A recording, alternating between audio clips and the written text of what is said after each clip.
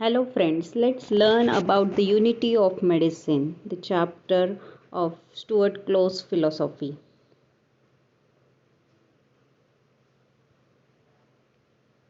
What are the learning objective of this topic? To realize the patient should be treated as a whole. Unity of medicine means patient as a whole. To recognize the essential unity of medicine and the vital reaction. To study the individual susceptibility to the medicinal action. To know the nihilistic method of pharmacotherapeutic.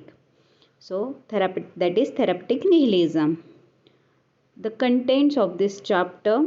First, we are going to learn about the introduction to unity of medicine, genius of homeopathy, definition, then individualization of drug, patient, auxiliary measures, susceptibility, therapeutic nihilism, which is explained by different author, homeopathic applicability, and medical skill the definition of skill qualities of medical skill so, unity of medicine. Let's learn.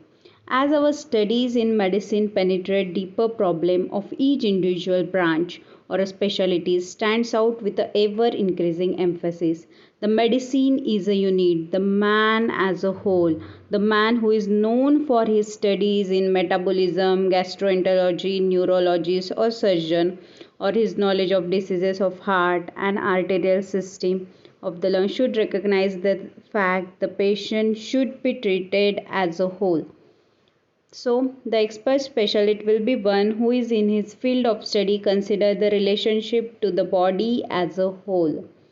So, who is then genius of homeopathy? The genius means exceptionally intelligent person. G mane genius, okay, intelligent person, or one with exceptional skill in a particular area of activity. The very clever. This is the word meaning of genius.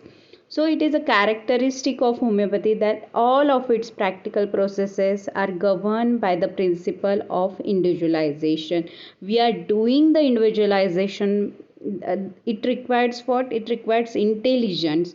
How to individualize the remedy, how to individualize the patient. The question of individual susceptibility to medicinal action must be considered. The susceptibility to medicinal influence varies in a different individual according to time and circumstances as well as to the different drug. So there is an old saying that it takes 9 tailor to make a man. So Stuart Close converted it into it takes a 9 specialists to make a physician. The 9 would not be enough to make all around physician in a old school. So homeopathic doctor require the knowledge of all the medicinal branches because he is doing individualization. He is considering man as a whole. So he should be genius in study of every organ and its diseases. The individuality of each drug. Homeopathy recognizes the individuality of each drug and substance in a nature. Its method of testing, proving drugs upon the healthy design and express the purpose of bringing out the symptomatic individuality of each drug. So there are no subcodeni in the homeopathic materia medica, that is a surrogate or a substitute. There are no any substitute in a homeopathic materia medica. We have to give what that patient requires. So don't give any substitutional medicine.